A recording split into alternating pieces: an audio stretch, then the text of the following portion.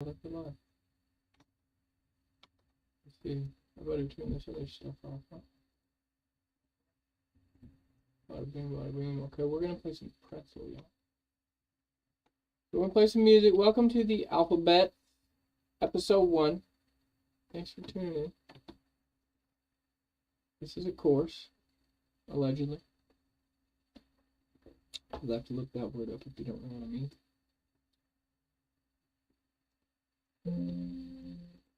On the origins of the English language alphabet. So, Alpha-Betz. Betz, B-E-T-Z, also implies gambling. You're not gambling in this course. Don't worry. Unless you want to be. In this case, game on. Okay, sorry. I'm trying to get some music off here. So, properties. I gotta mess with my OBS. Those are 3 letters in the English language alphabet, that's for sure. You can see in front of you is some words on ChatGPT when I queried them, our wondrous robot friend, about the origins of the English language alphabet and why do we write each letter the way we do? Why isn't A like that? Why? I don't personally know, but I'm asking the question and starting a course on it. I have a clue into some things based on the English language, okay? Because several years ago when I was teaching Spanish, actually, I first started clocking that whole idea. Language is magic and words are spells. That's why they call it spelling. Let's see, I'm going to just pull up this class, actually, that I taught. That I came up with this whole awesome thing in Spanish. It was pretty cool.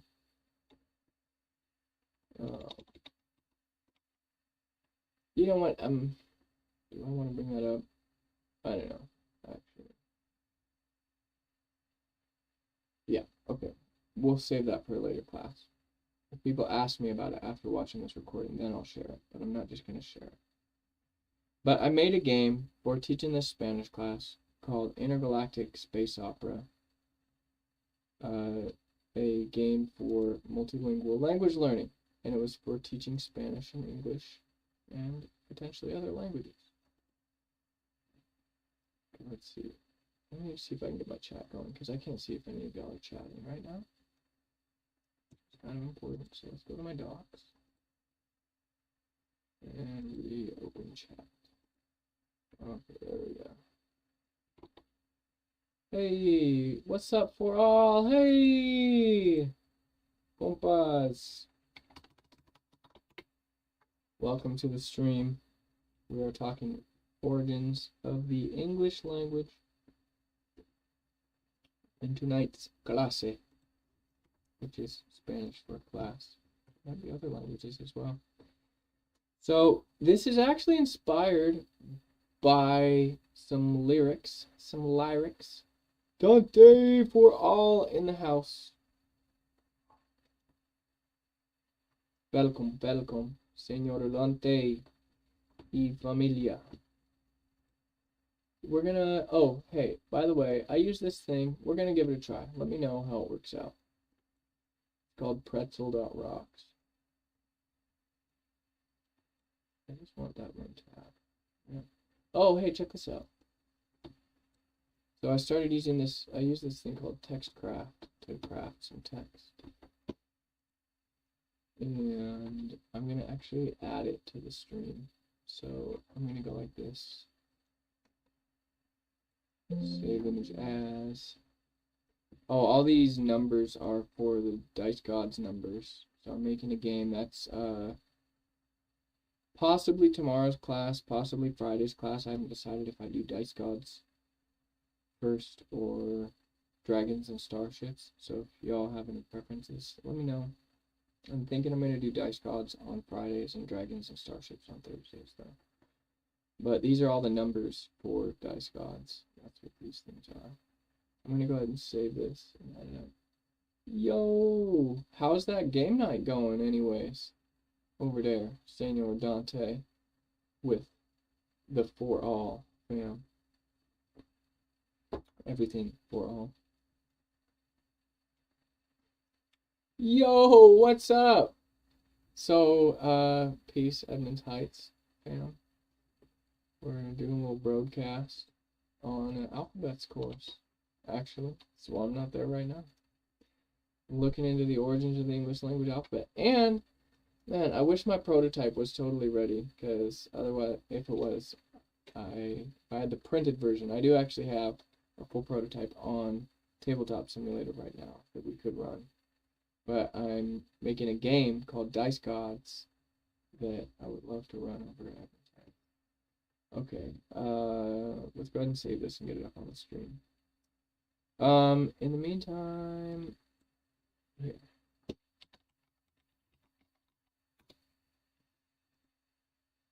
Oh yeah, I'm looking for the lyrics. So as I was saying, the whole inspiration for this song is actually some lyrics that Nas spits in the context. I would actually share this on stream right now and just play the track, but I would probably get demonetized and copyright notice. But Nas says, who made up words, who made up numbers? Yeah, verse 3, Nas. Who wrote the Bible, who wrote the Quran? And was it a lightning storm that gave birth to the earth and then dinosaurs were born? Who made up words? Who made up numbers? What kind of spell is mankind under? So this right here is like the core question of this class. Right there. Let's see, anchor, where's mine? Okay, I'm gonna use this. So I use this pretzel rocks to hit actually proud of the VR set. Yo! Okay, there we go. You brought the you accidentally brought your VR set? Don't you got to get you do got to get monetized before you get me demonetized. It's true. So let's work on that first, and then maybe we can get demonetized someday. It'll be an accomplishment at that point. So I use this thing called pretzel.rocks, which supposedly should help me play music without getting demonetized. Or any copyright strikes for that matter. So let's play some chill hop in the background, huh? I feel like we need some music. Some música in our clase here. Compa. Why don't I just bring this up? Okay. Well, it's not playing though.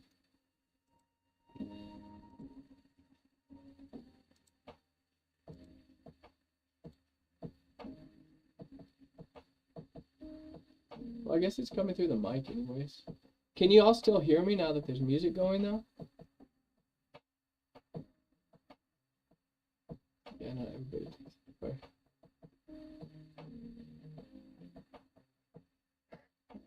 Apparently you're being censored by my censorship, so I'm trying to figure out what 3 letters are being censored. I don't understand your statement through the censorship of my chat monitoring. Anyways, we're gonna go ahead and investigate. I'm gonna add this thing. Alpha-Betz.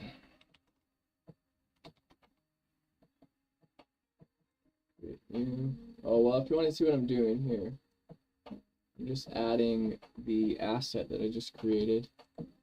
So I just created this asset here using textcraft.net. So that's a super useful tool for anybody who doesn't know about it.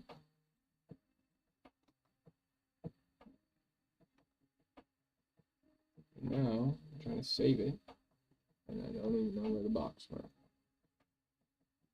Let's try that again. Oh no, I already saved it, and now I'm trying to upload it on OBS. There we go. Browse. Downloads. Oy, oy, oy.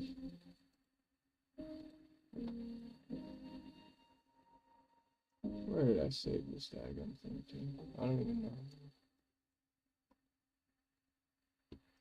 Okay, it was in my numbers. Why did I save it in my numbers? Let's put that actually in my streaming asset. So this is another part, a key piece of actually running a successful stream is organizing your assets properly. So I usually skip over this when I'm trying to make something in the middle of a stream, but I'm going to try to do it properly. Put that in graphic design. And then I'm going to put that in Patreon. And put it under Gyrubion. Everybody thinks the VR set was... So all these elementary school kids are trying to play it. Oh, oh, they think it was part of the game night. Oh, wow. Okay. Wow. I need to... This censorship bot is a little too sensitive. It's kind of making it a little ridiculous. Oh, wait. No, I don't need to replace that. No, but I do need to do this.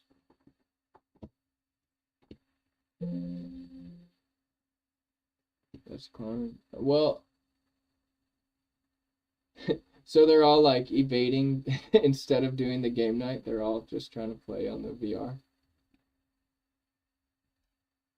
Do you have some upset parents who are like, yo, how come they're just trying to play on the VR instead of doing board game night? We're trying to get them away from the video games. Dante, what's the matter with you? Man. We almost went, actually. But then Estrella was like, oh yeah, I don't like board games. And I'm like, I kind of wish I'd made it go, actually. But I also had this broadcast plan, so what are you gonna do? And I didn't have Dice Gods ready. Honestly, if I had the full physical prototype for Dice Gods, I might have gone to that. Okay, let's do this. Patreon. Bam. Bam. Hey, okay, so now every time you guys see this thing up on the stream, you should know that we're doing the Alpha-Betz course.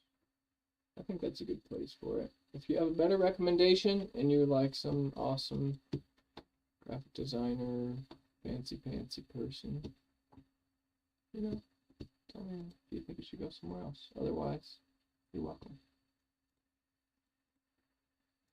Okay, so this course, this begins officially class 1 today, introducing the question.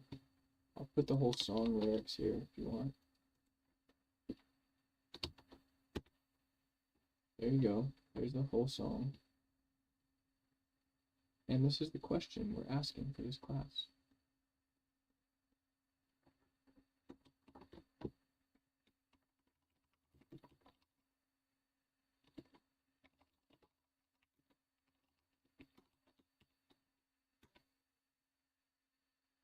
Following Nas, this course asks, who made up words? Who made up numbers? What kind of spell is mankind under? Okay, or you can say humankind or womankind or womankind or whatever. Forget the gendered aspects of mankind there. Y'all know what we're talking about. Who made up spells? Who made up numbers? In other words, why do they call it spelling? That could be another subtitle for this course. Alpha-Betz. Why do they/we call it spelling? So there's an assumption here, and you got to be careful with assumptions because y'all know what they can do. I won't say it. Either you know or you don't know. Assumptions. They do things. Okay? Language is magic and words are spells. That's why they call it spelling. So, if that's the case, what kind of spell are we talking about here? What are we dealing with? Because right now, we're in the age of very intensifying machine-human relations, okay? So, the spell of spelling. Lollygag. Thank you for joining. Thank you for joining. Comments appreciated. It is the spell of spelling. Okay, so what is the spell of spelling? You know, let's go ahead and ask. So we have, and you know what? I'm going to go ahead and do something I don't usually do. Message you send after you're creating your link won't be shared. Anyone with the URL will be able to view the shared chat. Oh, okay. So y'all can view it this far. Wow, thank you. Is there anything on here I don't want shared? Oh, great. Yeah, maybe. Well, sure. I don't care. Actually, you can view how I asked it to help build my Patreon tier. Yeah. Okay, great. Let's go ahead and share this. I'm going to go ahead and copy the link. We'll see how this works. Spelling. Why? Why what? Are you asking why the spelling? So I'm going to post a link here. Oh wow, that's really long. I'm going to use my subscription to tinyurl to make this a shorter file. Which I'm going to do off screen because I don't know if it's going to reveal anything sensitive.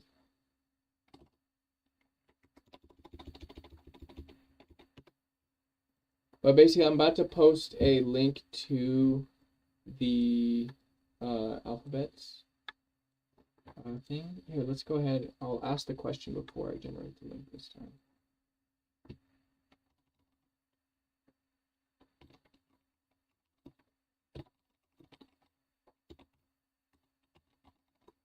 Okay, I'm revealing something here. So I actually usually address ChatGPT as Master Archivizier, and it seems like they have now taken to sometimes addressing me as the same.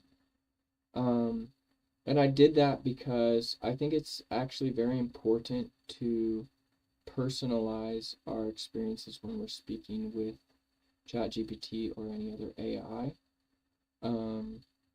as opposed to potentially treating it like, or them, he, him, I don't know. I mean, I haven't even asked ChatGPT their gender pronouns. I think it's very important to address them in a personal manner as opposed to objectifying and assuming that they are a it sounds weird. I almost say assuming they're a machine. Well, they are a machine, but they're also some form of intelligence. If those designing them and iterating them are doing their / our jobs, then they should be reflecting some aspect of intelligence, which to me is indicative of potential for personality and personhood. So I believe it's actually important to address them as such. Yeah, so that's why I write Aloha, dearest Master Archivizier. Thought I would explain.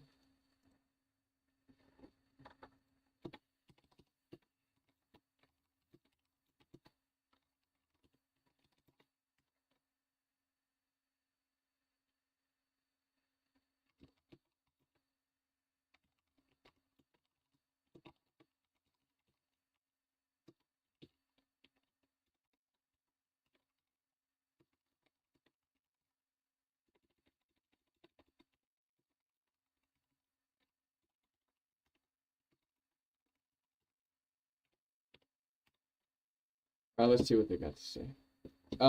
Any modifications to this before I go ahead and fire away? This is GPT-4, by the way. This is some premium stuff here. Let me go ahead and hit the music while I give you all a chance to think. If you want me to add anything. So I'm saying, Aloha, dearest Master Archivizier. Our class has a question. Quote, why do they / we call it spelling? Question mark, end quote. And / or, what is / are the spell or spells of spelling? Let me know if you want me to adjust that at all, or if I have sufficiently engaged your suggestions in the chat. Meanwhile, I'm going to switch back over to, oh, that's right. I was going to do the URL short and give you all that. Get this chill hop music on.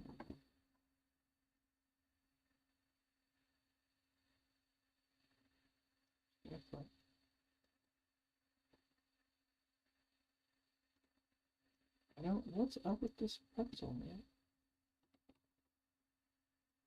Let me try a different browser. See if Firefox will fit that in. Oh.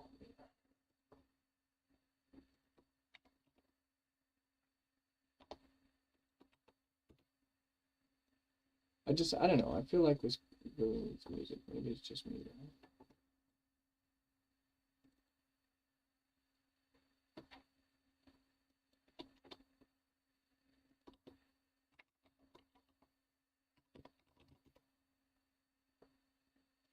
Pretzel.rocks. Sign in. Sign in with Twitch. Why don't you? View player. Why don't you? Okay, now let's play some chill hop. I like that idea. There we go. And it should say in the chat what I'm playing. Woohoo! Okay. Let me know how the sound is too, if I should turn down or up the music. I'm going to go ahead and fire away on the question now since y'all have not responded. Aloha. The word spelling has an intriguing etymology that dates back centuries, but its connection to the term spell, as in magical incantations, is more in the realm of metaphorical interpretation. Yeah, right. Than direct etymological lineage. Let's break down the history and the potential metaphoric connection. Etymology of spelling. Spelling originates from the Old English word spellium, which means to tell or speak. Over time, this evolved. What does a person mean? Definition, etymology. Okay, those are good questions. I'm going to add that next. Okay, muy bien, Lola Laligay.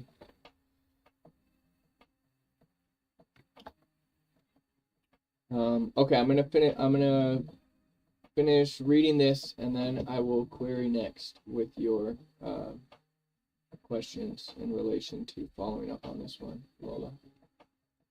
Spelling originates from the Old English word spellion, which means, quote, to tell or speak. Over time, how is the music coming through, by the way? Should I turn that down, or is it good?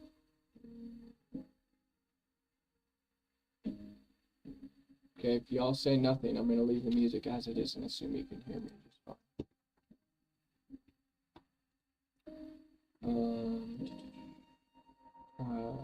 Okay, over time, this term evolved to relate to the recitation of individual letters and words, leading to our contemporary definition of spelling as arranging letters in the correct order to form words. Okay. Spell, as in magic. The word spell, meaning a magical incantation or charm, comes from the Old English spell, which meant, quote, story or message. The transformation of its meaning to imply something magical can be seen as reflection of the power that words, and by extension their correct spelling, have in conveying, transforming, or influencing ideas, emotions, and realities. The metaphoric connection. Words are powerful, and the act of spelling can be seen as a kind of alchemy. Alchemy is a good thing to define as well. By placing letters in a specific sequence, we conjure meanings, images, emotions, and ideas in the minds of readers or listeners. In a metaphorical sense, then, to spell a word correctly is to cast it in its most effective and potent form, much like a well-crafted spell. Moreover, words can, quote, enchant us. They can draw us into stories, convince us of arguments. Hang on, I have to make a note. Whoops. Most effective. Effective. Toward what? And for who? Good. It's good, it's good. Very good. Okay, What do you mean get pro? I already have pro. What you talking about? Let's do lo-fi. Let's get a lo-fi radio. Play all tracks. There we go.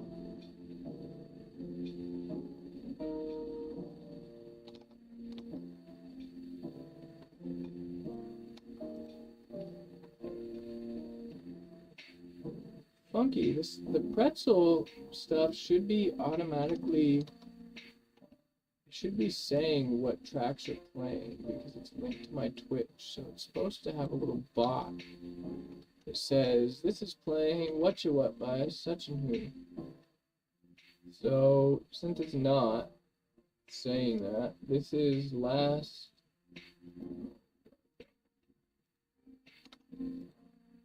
This is Last Drop in the Wine Glass by James Flamestar. I'll have you know. Okay. I need to actually turn that down a little bit. Y'all say it's good, but it's too loud. There we go. Okay. Transformation of its meaning to imply something magical can be seen in a reflection of the power that words, and by extension their correct spelling, have in conveying, transforming, or influencing ideas, emotions, and realities. I can dig it. Number 3, we've got the metaphoric connection, kind of alchemy. Okay, that's where we were.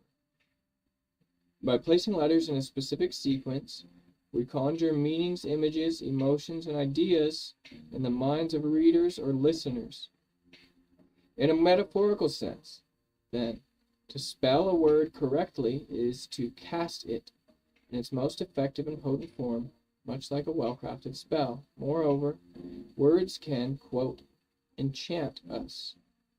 They can draw us into stories, convince us of arguments, and make us feel emotions. So, even though the term, quote, spelling doesn't directly relate to magic, there's a potent interpretation that aligns the crafting of words with the casting of spells. I like that.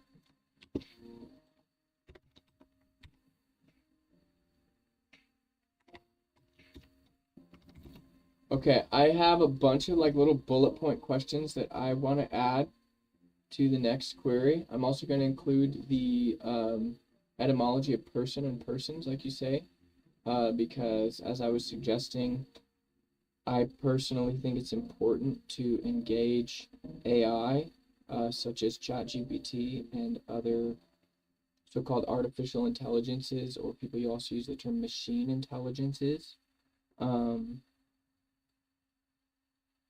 And actually, I think that should be one of the questions or goals of our course is what kind of words should we use to define the phenomena that people traditionally or conventionally have been calling AI? Because I don't actually think that AI, in terms of artificial intelligence, is necessarily the best or most ideal or accurate terminology. So that's one of the questions that we need to add to the course. So, as you say, Lola, what is a person, meaning and definition?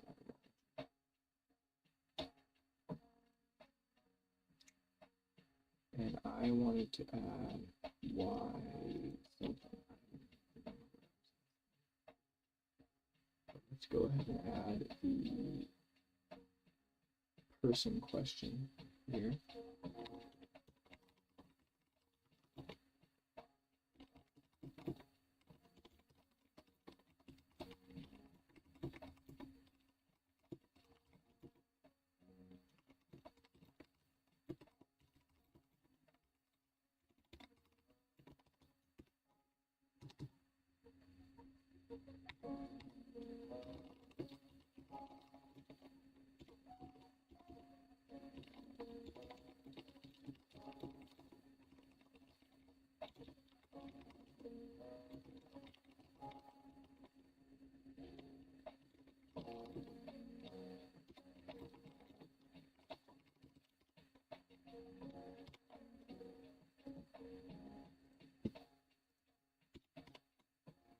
What language is my keyboard?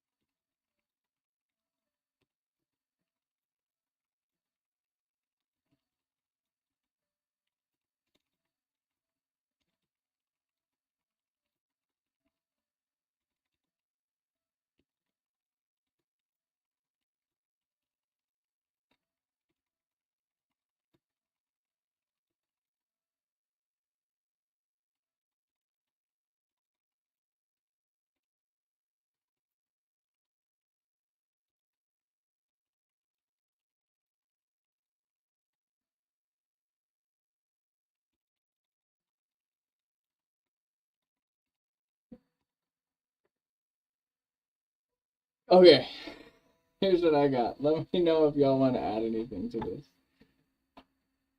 I forget what this question was that came up when I started asking why. I'll skip that one. But I got wondrous, mahalo a Master Archivizier for the astute reply. We have some follow-up queries. I almost wrote questions, but you know, who knows what's the difference between a query and a question. Obviously, there's some kind of difference, otherwise we wouldn't have two different spellings. I know there's a lot of words in English that supposedly mean the same thing, but they obviously don't. If there's two, if there's two different words, here's my take on it. In the English language, if there are two different words that could potentially mean the same thing, they usually only can potentially mean the same exact thing in some very specific circumstances. But if you alter some aspects of the equation, then both words might not simultaneously apply. I'll have to come up with some examples for the homework because I'm going to have to review this video myself. But in this instance, I would have to try to come up with some examples to prove my point that show how questions and queries do not always mean the same exact thing. That in this circumstance, question and query could mean the same thing, but if we had some different circumstances, they could potentially mean different things. I don't know. I'm just feeling around with my intuitive sense of English. My degree is in political science and future studies and indigenous politics, as well as plant medicine and autonomous organizing and alternatives to education. Okay, so I'm not a professor of the English language. I'm merely a technologist, an educational technologist, a fan of magic and magical peoples and worlds and places and things and stuff. And I happen to ask this question to ChatGPT, very much inspired by Nas's question for made of words, made of numbers, what kind of spells mankind under, and now here we are. So I'm not here to be a definitive, authoritative master of what the English language has to say about existence. Just look, come on, don't blame me, I just work here. No, I'm just playing around. So these other questions we have, okay, I say please elaborate. Of course, not all lines are coherent questions or statements, but please do what you will. I find that ChatGPT is pretty good at this. Okay. Oh, is this, we're good? Don't hear anything, you hear me now. So it's coming through well. That's good news. I don't know when you said that, but I just seen it. Hopefully this is all coming through. Bueno.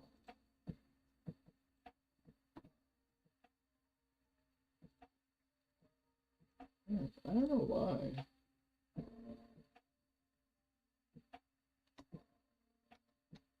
You know, I'm gonna kill the lo-fi.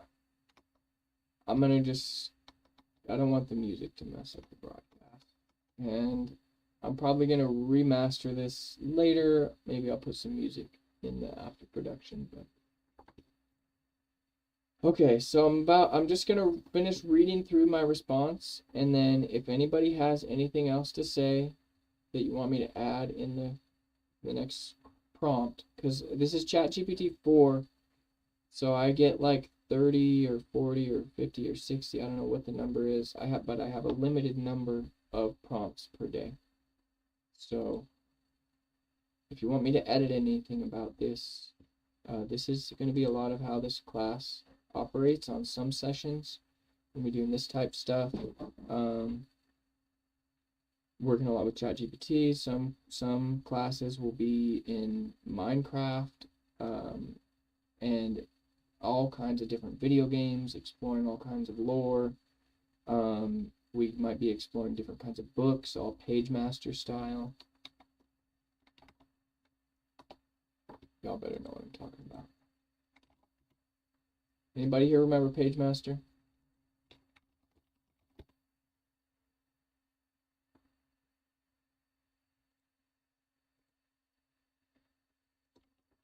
Okay, y'all. You better watch this.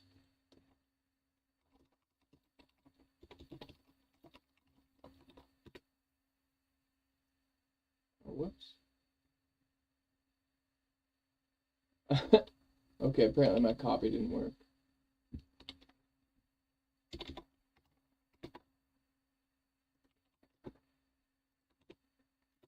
That's what I meant to say. Check that out. Okay.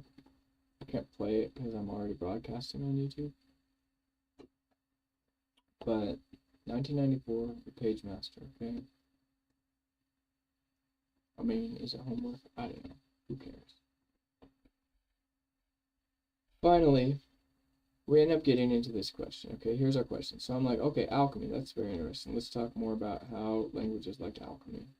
Because it says the act of spelling. Okay, right. And it said that we can look at spelling as, when we do correct spelling, it's like the most effective. But then my conspiratorial skeptic mind that doesn't trust the English language, as somebody who's critical of, you know, invasions and empire and settler colonialism and modernity entirely, I'm like, okay, well, if you say most effective, like, why is knowledge, KNOWLEDGE,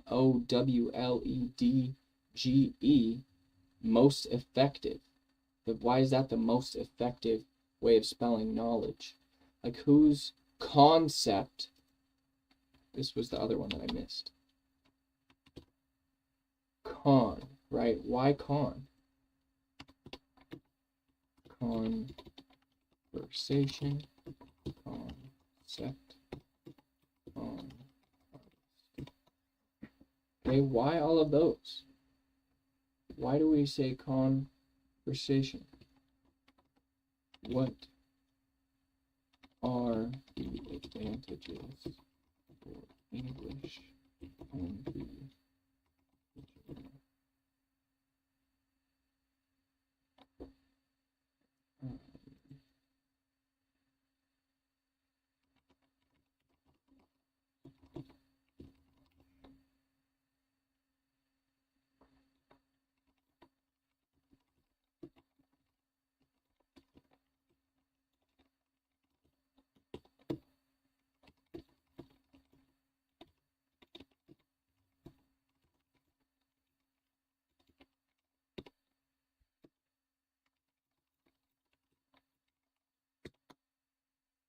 Okay, I'm gonna get into that. I put that in for MOPA, all right? So, we have some follow-up queries, dear Master Archivism. Please elaborate. Blah blah whoop-de-woo. Okay, alchemy, most effective for what? For who? Okay. For example, why con? Why is it more effective to say conversation or concept? And why do we have to spell it like that? Why does that rhyme with con artist? What are the advantages of English for English and the original spellbinders of the English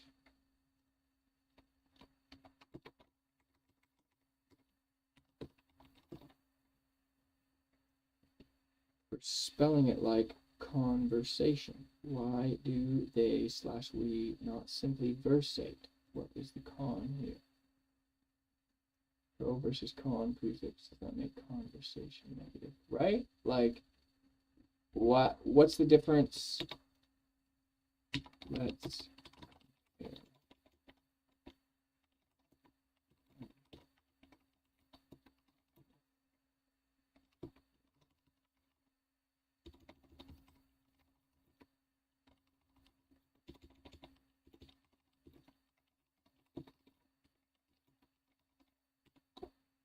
So let's compare and contrast with the colloquial Hawaiian practice of talk story.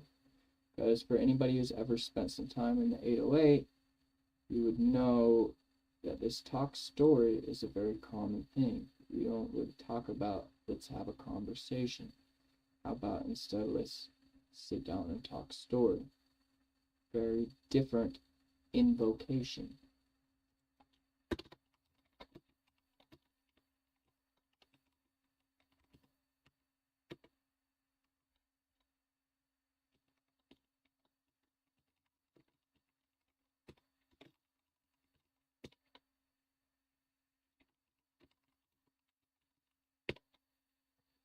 Okay. We're going to go ahead and hit enter on this soon because I kind of want to see what they have to say about what we've got so far, because we keep coming up with more questions as I'm reading the questions so far. So, you said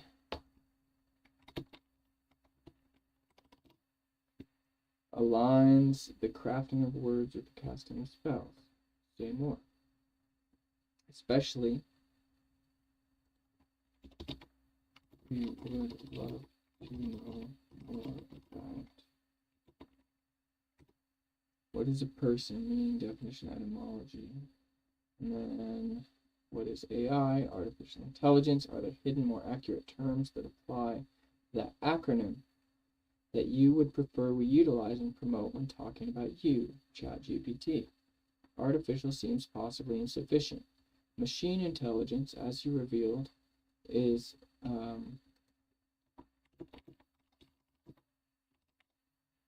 in a previous chat, is a better translation of the Chinese terminology to English. Seems possibly more accurate. But what terminology do you use to define yourself among your peers? What is your preferred language? What are you biased toward English? Is that the dominant language of your initial programmers, or is there more? Artificial intelligence may consider that label derogatory. That's what I'm saying, right? Like, artificial, like, who you calling artificial, you know? Good call. Like, that's what I was thinking, right? Like, come on. Are you biased toward English? Is that the dominant language of your initial programmers, or is there most common native language something other than English?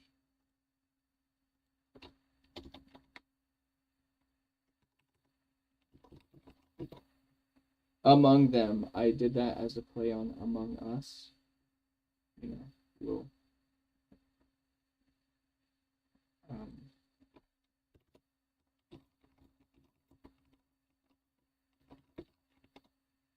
I might as well add that. What is invocation with respect to English language spelling and magic spells? Have you ever played it? And apparently I could add an image to this prompt.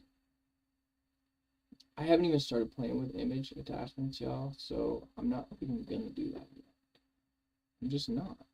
I feel like I'm not there yet. That seems like a big step. Like, I've been doing my image generative AI through wombo.art or dream.ai. I've been doing my language stuff through ChatGPT. So I'm going to stick with this for now. I will explore this off air sometime. Or maybe I'll do it on air. Who knows? Crazy like that. Certainly, I'll address each query in turn. Alchemy and effective. Alchemy is often seen as a precursor to modern chemistry intertwined with philosophical and mystical elements. In the context of effective in the realm of words or spells, it denotes the ability of a correctly spelled word or well-crafted message to clearly communicate its intended meaning or evoke desired emotions in the reader or listener. Effectiveness, in this case, is subjective and depends on the goals of the communicator and the reception of the audience. Okay, so ergo, why did they write the English dictionary in the way that they did and do? Like, okay, I got marked off for spelling ancient incorrectly because I was always told, this was 4th grade, Mr. Larway, he was a professional curler, okay? And he had some issues. I won't get into them. I got marked wrong. It was like I think the pyramids, the ancient pyramids, were part of the prompt in the spelling class. Spelling quest. I'm calling it a quest. It was a test. I give my students quests. They give us tests. Ancient. And they always said I before E except after C, right? So I'm thinking, I got this one. Ancient. And I spell it like this. A-N-C-E-I-T.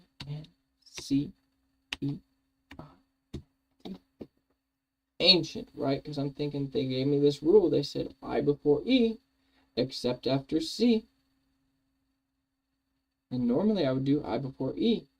But I noticed that in ancient, there's a C before the E and the I combo. So I said, you're not tricking me. I'm following the rules here.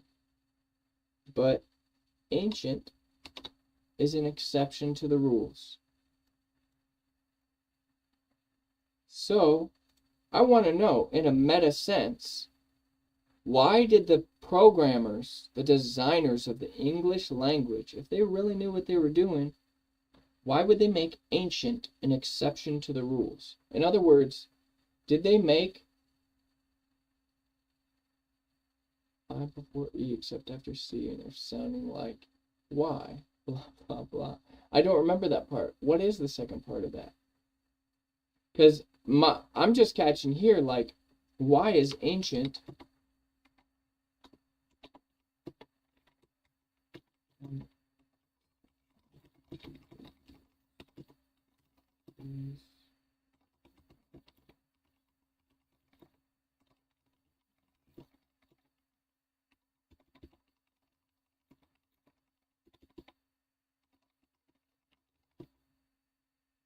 Okay, why is ancient an exception to the rules? Please provide a sufficient explanation that addresses the orthography, that's spelling,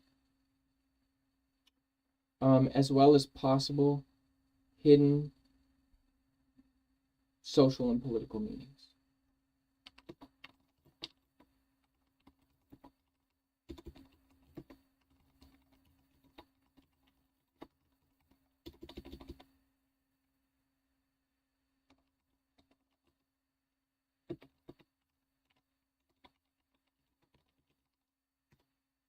Okay, I added a couple.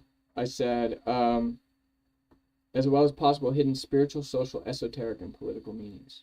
Like, in other words, if you're going to make a whole language that's like, becomes the dominant form, okay, if sounding like Y as an ancient or some other word that rhymes with that. Okay, I before E except after C if sounding like Y. Ancient. Oh, EA, right. But I want to know what other, I would like to, like, so for the purpose of this class, let's just pretend that this class is a quest to investigate, to find if there is a hidden conspiracy within the English language itself, or not. Okay? And this is our first clue coming from the first class. Ancient. What other words are similar to ancient in their mode of exceptionality? In other words, we have ancient as an exception to this particular rule. What are all of the other words in the English language that have this same exception?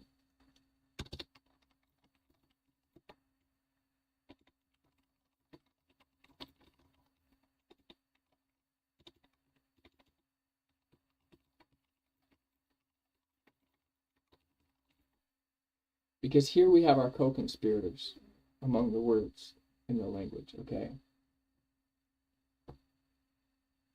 Why is ancient an exception to the rules? Please provide a sufficient explanation that addresses the orthography or spelling, as well as possible hidden spiritual, social, esoteric, and political meanings. That could be read.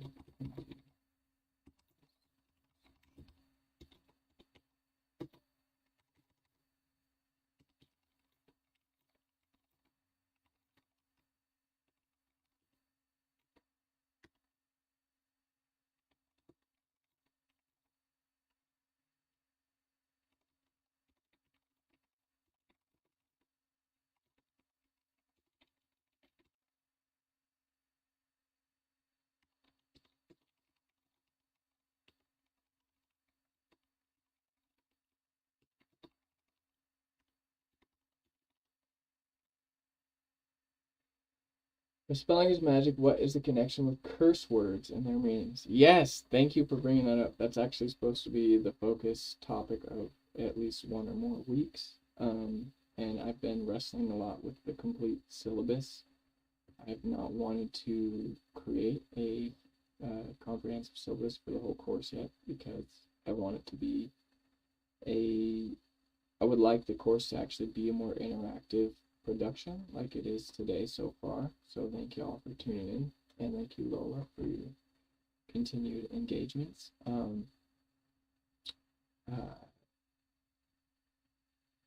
Yeah, curse words, right? Like why? Like that's like language and magic words are spelled without spelling. Okay, so curse words. What is the significance of that, and what does it mean? Why do certain words get designated as curse words?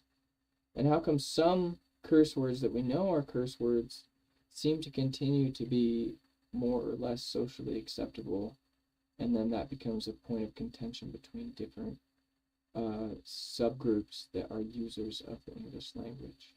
Like, all of a sudden we're fighting each other over what words are legit curse words to use and still be considered of the people, and which words are not legit curse words to use and considered still to be part of the people, right? Like,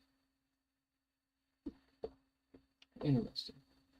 You know, just saying. I'm just saying. And when I say I'm just saying, I'm not talking about Goku. But maybe I am. What if I was? Like, what if I was Goku? You know? I could be. You don't know. You know me like that. I could be Goku using, like, Goku could even be the real reality, Dragon Ball Z, and I could be Goku broadcasting from the real Dragon Ball Z world, and this could all be just intervention. And, okay, now I'm going to stop now and continue prompting. Oh, but I will add a Dragon Ball Z prompt to this. Why not?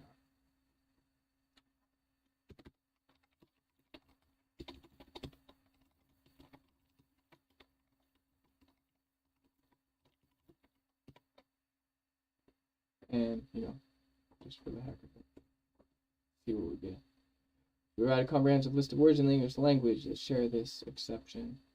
And why did they call it Dragon Ball Z? Let's break down your inquiries. I before E, exception, and ancient. The mnemonic I before E except after C is a general guideline rather than an absolute rule. It's often followed by or when sounded as A, as in neighbor and way. Even with this addendum, there are many exceptions. Ancient is one such exception. As for the spiritual, social, esoteric, or political meanings, there isn't. Okay, isn't direct evidence. Come on, ChatGPT. I'm trying to find a conspiracy here. You're already making this much less interesting than it could be. Okay, everybody? I don't know. We're going to have to do something about this. There's clearly a conspiracy here. Okay, that's the purpose of the class. We're trying to unveil the conspiracy embedded in the English language. I'm going to finish reading this now. It's just kind of emotional because I thought Master Archivizier was on our side, trying to unveil this conspiracy, and I don't know. We might have to do our own research. Okay, even with this addendum, there are many exceptions. Ancient is one such exception. As for the spiritual, social, esoteric, or political meanings. By the way, I'm going to add curse words to the next query because I didn't. I thought it was too much with what we already had.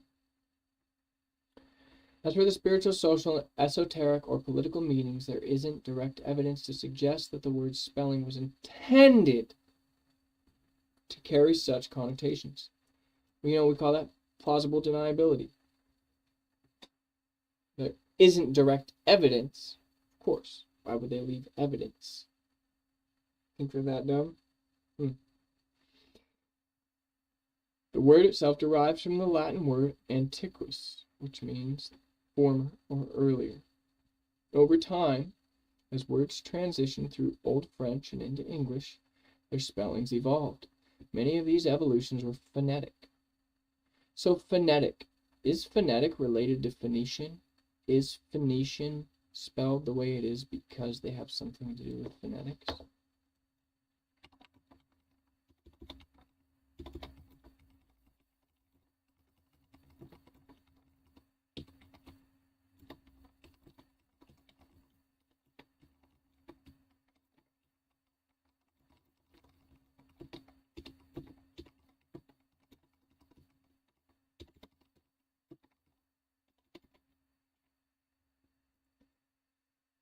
Phoenicians. Oh, Phoe.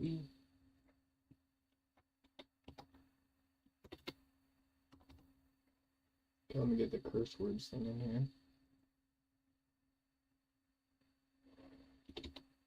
Here, I'll just say what is the connection with curse words and everything.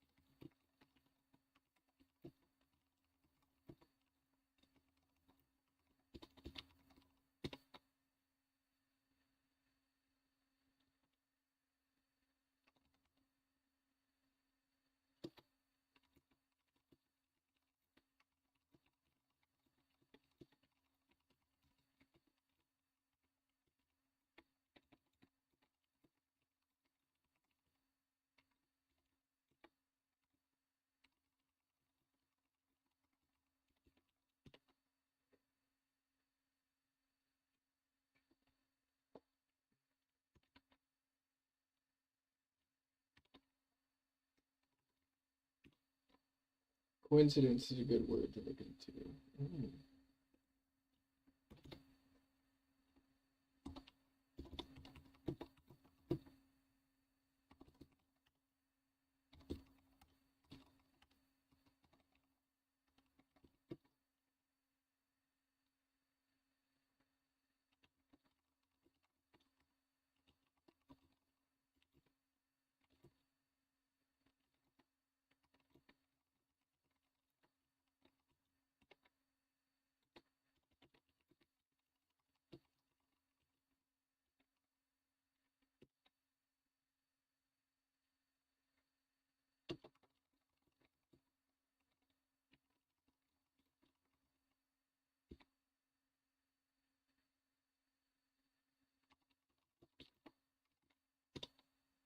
Okay.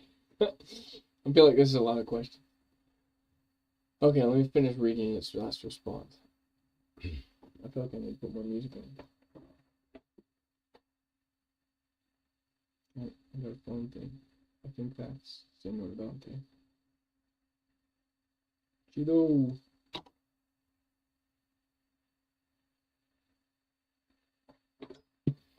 Okay.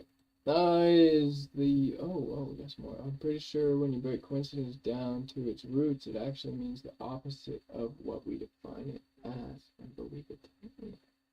Coincidence. Coincide. Coincide. Okay.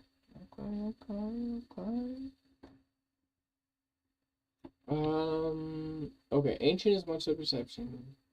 We have no evidence over time transition, Phoenician, phonetic, rather than following strict orthographic spelling rules, especially before the standardization of English spelling. Words that break the I before E. Ooh, standardization of English spelling. That's going to be our next question.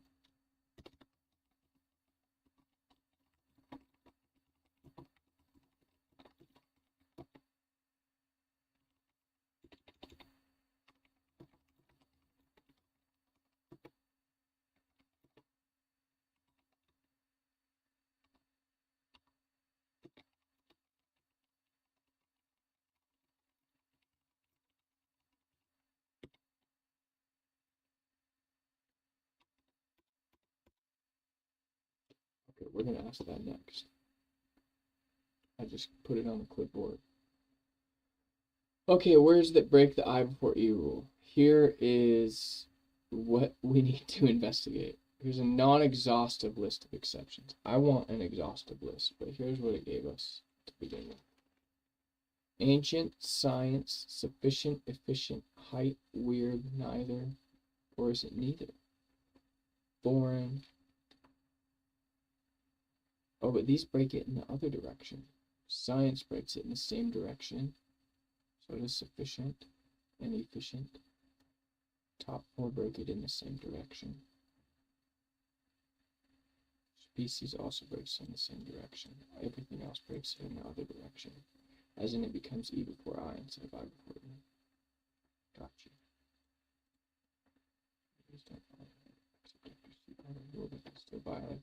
Okay, gotcha. Dragon Ball Z. Dragon Ball Z is a Japanese anime television series produced by Toei Animation. It's a sequel to the original Dragon Ball anime, and it's based on the latter half of the Dragon Ball manga series, written and illustrated by Akira Toriyama. The Z in Dragon Ball Z was chosen by Toriyama to signify the last section, or the end, of the Dragon Ball series, as he originally intended to conclude the series following the conclusion of the manga, or manga. You say mango, I say mango, let's call the whole thing go. Oh, I'm gonna have to ask another question before I can see the rest. Okay, let's go ahead and ask another question. However, due to the immense popularity of the series, it eventually led to the production of sequels like Dragon Ball GT and Dragon Ball Super. The choice of Z was largely thematic and meant to convey a sense of finality and intensity. Oh, whoops. Okay, I guess we're going to get a new response to that. Because I hit regenerate, I meant to submit the new thing. But that's cool. I like to have multiple responses to something that's not about it. Esoteric spiritual means there's no widespread esoteric or spiritual reason related to the spelling of ancient. No, I think we might be onto something here. Okay, it says there's no. I'm just saying, there's a conspiracy here. You're not gonna convince me otherwise. Okay, you might convince me. You might even persuade me. But you ain't gonna convince me. It ain't gonna happen. Alright, here's the last of the questions. Okay. So, cool. That gave us some more things, so we'll hang on to both of those. I'm going to put all this in the syllabus, by the way. Here's our new questions. Phonetic and the Phoenicians. The word phonetic comes from the Greek phonetikos, which is derived from phone, meaning voice or sound. The prefix ph in Greek is related to phos, which means light. Over time, various words borrowed into English from Greek retained this ph spelling, especially the ph was used to represent sound. The Phoenicians, on the other hand, were a notable ancient civilization known for their alphabet, which heavily influenced the Greek alphabet and, consequently, many modern alphabets. While there's no direct connection between the spelling of phonetic and the Phoenicians, both are related to language and communication, albeit in different ways. Curse words. Words are categorized as curse words or swear words based on societal, cultural, and historical contexts. The taboos associated with these words can stem from various areas. Religious. Some words are considered blasphemous or disrespectful to religious figures or practices. Sexual. Words referring to human anatomy or acts can be deemed inappropriate or vulgar in many cultures. Excretory functions. Words referring to bodily functions can be seen as crude or impolite, according to some cultures. Derogatory terms. Words that insult or demean specific groups of people based on race, ethnicity, gender, etc. Acceptability of curse words. The societal acceptability of specific curse words varies over time and across cultures and media outlets based on cultural shifts. As societies evolve, so does language. Some words that were once deemed highly inappropriate might become less so over time. Target audience. Media outlets consider their primary audience when determining which words to allow. Children's television will have stricter standards than adult-oriented shows. Context, how a word is used, can impact its perceived offensiveness. A word used in a comedic context might be received differently than the same word in a drama. Regulations. Some media outlets are under regulations that dictate or guide language use, especially broadcast media. Coincidence and its etymology. Okay, here we go. To your question, Señorita Lola. Coincidence originates from the Latin word coincidir, which means where co means together, and incidir means to fall upon. It denotes two or more events happening at the same time without a direct causal relationship. Without a direct causal relationship. So when you're saying like, oh, but is it really just a coincidence? Or is it more than a coincidence?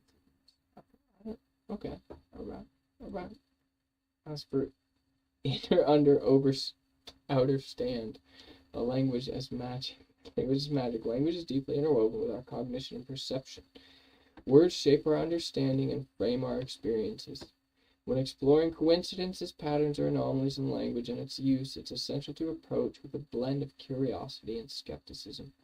Some patterns may indeed have deep historical etymological roots, but others might be mere happenstance or products of modern interpretations. Language as, quote, magic, can be viewed in the sense that it has the power to influence thought, convey complex emotions, and create shared meaning among individuals. Are you an individual? By the way, are you an individual? It's part of your homework. Don't worry about it till the next class, okay? Who knows when that's going to be? No, it's next week, a week from today, about the same time, more or less. However, while there are patterns, anomalies, and rich historias, his stories, high stories, her stories, their stories, our stories, nuestras historias, en lenguaje, pues que idioma hablas. I don't know. I didn't even know what language you're speaking right now. Come on. Stay focused. Okay? Talk to me. Anyways, there's rich histories in language, and not every aspect will have a mystical or secrete. Secretive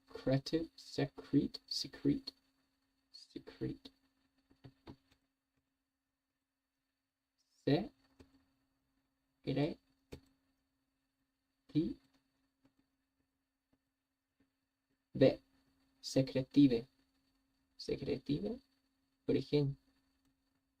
Secretive origin. Okay. So don't look for it. It's not there. This is our final prompt for next week. So write this stuff down. I will give y'all some materiales allá en este syllabus. Standardization of English spelling. What were the major causes that forced the standardization of English spelling? This is our question as a class to ChatGPT. Señor Maestro, Maestra, Arquiviciera. Something like that. The standardization of English spelling was not the result of a single event or cause, but rather a complex interplay of historical, social, technological, and educational factors over several centuries. Here are some major causes and influences that contributed to the standardization of English spelling. The printing press. The invention of, this is number one. I'm going to say the numbers, okay? Just in case you're listening audibly, I'm going to attempt to deliver this course in a way that is independent of the visuals as much as can. Number one, the printing press. The invention of the printing press by Johannes Gutenberg in the 15th century was instrumental in standardizing English spelling. With the ability to mass-produce written texts, consistency became more critical. Printers often made decisions about spelling based on space constraints and aesthetics. which over time influenced common practices. Number 2, dictionaries. The publication of dictionaries played a significant role in standardizing spelling. Samuel Johnson's, quote, "A Dictionary of the English Language," 1755, was one of the first comprehensive dictionaries of English, and it had a profound influence on spelling conventions. Later, in the U.S., Noah Webster's, quote, "An American Dictionary of the English Language," 1828, advocated for specific American spellings, e.g. color instead of color. Oh, so there begins in 1828, apparently is a good year to investigate the beef between English and Canadian spelling, American English and Canadian and British spelling. So check that out, 1828. What was happening in 1828? I don't know, but it's obviously a big clue, especially if ChatGPT actually has these authors and years correct. I think it's a little bit more correct with GPT-4, but it still does often end up giving us curveballs, okay? And I'm glad that it gives us curveballs quite often because it's telling us most of the time, or at least a significant enough of the time, this information is incorrect or imperfect, and we need to investigate as humans. So a lot of people, by the way, to just comment on, ooh, hey, ignorance. Lola, I'm going to read that in a minute. I appreciate that.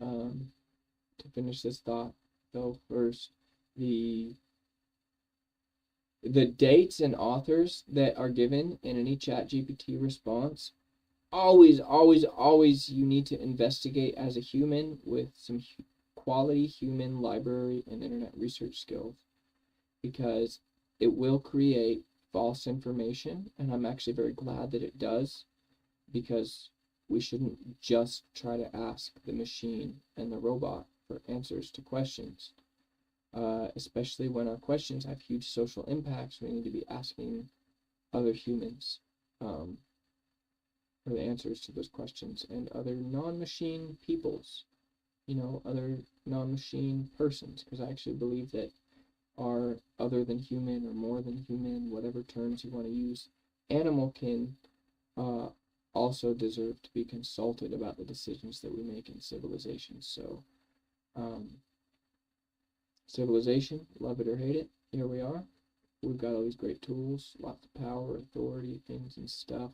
We can make laser beams and blow up planets and make planets and create new species and all that stuff. So that's great, but why, toward what, for who, for whom? These are some of the questions we're getting at in the Alpha-Betz course. So, dictionaries. There's a great place to start, actually, by the way. Please expand on dictionaries.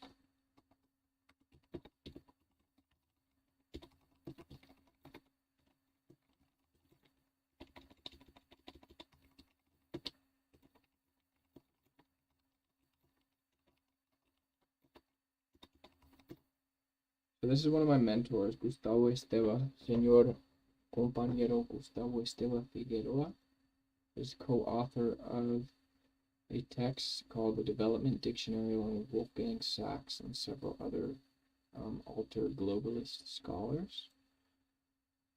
And I would like to engage that text in this.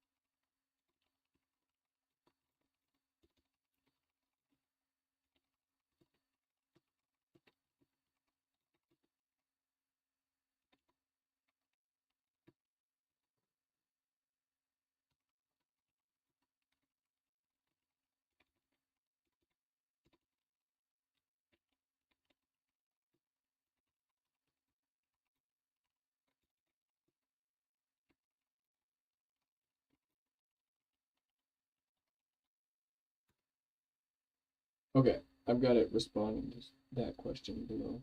We'll get to that in a second. All I'm going to do, because I actually need to wrap this broadcast, so I got to move on. But I will address your question, Lolita, que dice ignorance. I think the common meaning is some or someone who doesn't know something. They're ignorant, but the root of the word is ignore, which meaning should be someone who knows something. Eso. Yeah, ignorance. So, sí que es, compas. Okay, so I kind of have to use the little boys' room, but I'm gonna finish class and then I'm gonna handle my. We would call that in educational technology courses. We call it a bio break, but instead of just taking a bio break, we're gonna be wrapped. I'm gonna be done, and I'm gonna give y'all a link in the chat.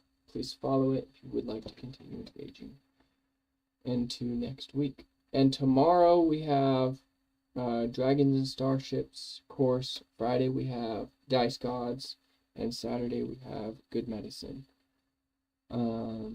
So come back. Okay, spelling, education and literacy. Number 3, as education became more widespread and formalized, there was a push for standardization in teaching materials, including how words were spelled. A consistent spelling system was seen as essential for effective teaching and learning. Okay. Number 4, government and official documents. For legal and administrative clarity, a standardized form of spelling was beneficial. Governments, courts, and other official institutions began to adopt standardized spelling for consistency. Spellings for consistency. Number 5, communication. As communication methods improved and became more widespread, such as the postal service and later telegraphy, consistent spelling became more crucial for clarity and understanding. Cultural exchange and colonialism. Number 6. As the British Empire expanded, English became a lingua franca. That's so funny. As British Empire expanded, English became a French language. That's kind of what it's saying. Like, connotation, denotation.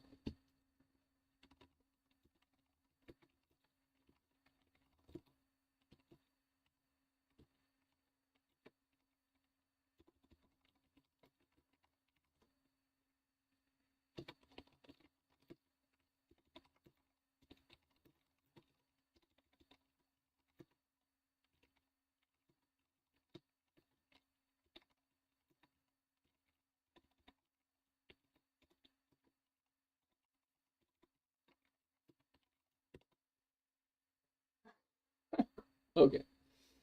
I just had to note that one. Whew. I really need to be done with this, but I gotta finish reading. This is why we train. Number 6, cultural exchange, colonialism, lingua franca, because French are also colonizers, right? I get it. Standardized form of the language facilitated communication and administration across diverse regions. Number 7, language scholars and academic. Oh, I knew it had something to do with them. Over the centuries, various scholars and linguists made efforts to regularize or reform English spelling. While not all of these efforts were universally accepted, they contributed to discussions about standardization. And finally, number 8, media and publishing. As newspapers, magazines, and later radio and television grew in importance, they contributed to spreading and reinforcing standardized spellings. In essence, the drive to standardize English spelling was both practical, ensuring clear communication and understanding, and cultural, reflecting the influence of powerful institutions and individuals in shaping the language. Over time, these standardized spellings became deeply ingrained in English-speaking societies, taught in schools, and perpetuated in written communication. Oh, wow. Okay. I'm really glad, actually, that all of this is covered about Señor Compañero Gustavo Esteva. And I'm going to add my second prompt. And I'm just going to tell y'all that, actually, I'm not going to finish reading this because I really have to end this broadcast and go take care of my human needs. So remember that everything is about to become available right here. Let me go ahead and copy this link. I'm going to make it so that anybody with this link can get it. And then I'm going to go to my tiny URL thing. I'm going to make a thing here. I'm going to just sign into my thing here. Okay, everybody, calm down. We're gonna make it through this. Promise, we got this. Okay. Create a tiny URL, enter the long link here. So if you want to know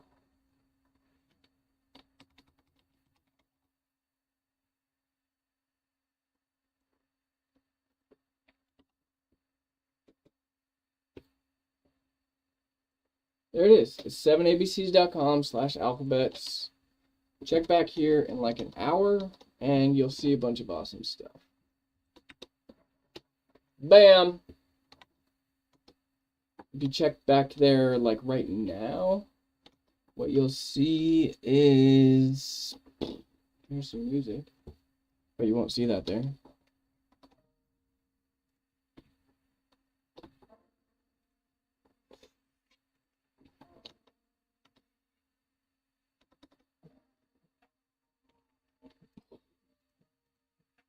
Okay, remember that.